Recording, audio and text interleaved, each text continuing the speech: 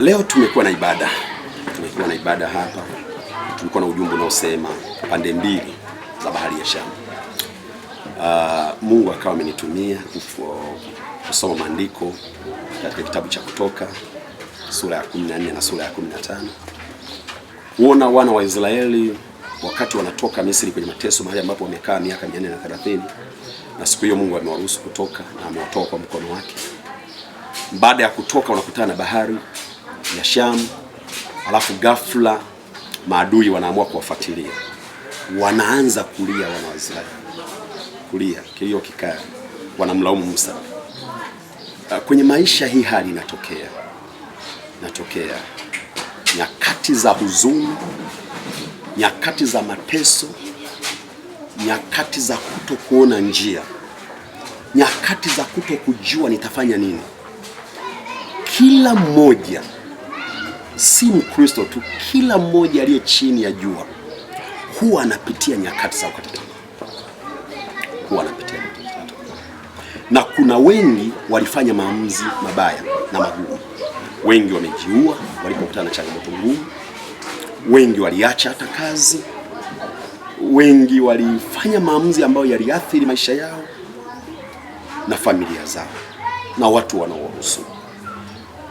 Unapokuwa kwenye kipindi ambacho kinakulazimisha kulia, kuhuzunika, tulikuwa tunajifunza jinsi wana wa Israeli walipokutana na kipindi hicho kigumu, lakini katikati ya sintofahamu Mungu akawatengenezea njia mahali ambapo walijua njia hakuna. Haijawahi kutokea kwenye bahari kukawepo barabara. Ni historia. Wakaona njia imetokea. Kwa kwenye maisha inawezekani siwe bahari kama tunayoona hii hapa Dar es Salaam, bahari ya Hindi. Lakini yako mambo ambayo unajua kabisa hapa sina namna ya kutoka. Sina namna ya kupita. Kuna watu wanapita kwenye kesi nzito, anajua hapa sina namna ya kushinda kesi hii. Hata kama umesingiziwa, hata kama ni ya ukweli. Ila kwa Mungu hufanya njia. Na kila mmoja hata akikaa chini kuanzia kuzaliwa kwake mpaka umri alionao, kuna mtu alishaye kupitia kipindi ambacho alijua ndio mwisho wa maisha yake, lakini mpaka leo anaishi. Kwa nini maisha yake hayakufikia mwisho kipindi hicho? Manake kuna namna Mungu alifanya akamaliza changamoto hizo na akafungua mlango na mtu huyo akavuka. Kwa hiyo tulikuwa tunazungumza kuwa na imani, kumtegemea Mungu mahali akili zetu zimefika mwisho. Mungu anaanzia mahali pale. Kama bahari ilifunguka, hakuna shida ambayo inaweza ikakataa mbele ya uweza wa Mungu. Hicho tulikuwa tunazungumza.